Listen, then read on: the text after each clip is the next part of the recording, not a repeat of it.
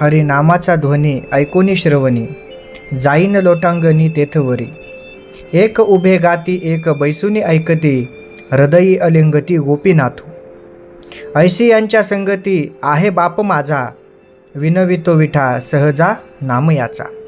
संत नामदेव महाराज कशा प्रकारे हा विठ्ठल आपल्या भक्तांमध्ये रममान होतो हे आपल्याला अभंगाद्वारे सांगतात. काय सांगतात ते तर, हरिनामाचा ध्वनी ऐकोनी श्रवणी. हरिनामाचा जेव्हा जेव्हा माझ्या कानावर आवाज पडतो तो ध्वनी मला मंत्रमुग्ध करतो, आणि तो ध्वनी जेव्हा माझ्या कानावर पडतो तेव्हा मी तिथपर्यंत लोटांगण घालून जातो. एवढी माझी ह्या देवाप्रती, ह्या विठ्ठलाप्रती भक्ती आहे. एक उभे गाती एक बैसुनी ऐकती. काही जण उभे असून गात असतात आणि काही जण बसून ऐकत असतात. हृदयी अलिंगती गोपीनाथू.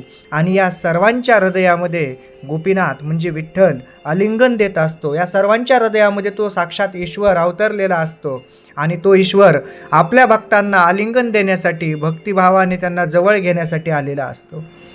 ऐशी यांच्या संगती आहे बाप माझा, विनवितो विठा सहजा नाम याचा.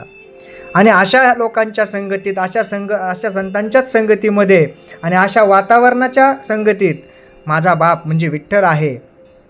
आणि मी त्या विठ्ठलाला, हा नामदेव सहजच विनवितो की कधी माझी भेट होईल आणि मला कधी ह्या देवाचं दर्शन होईल.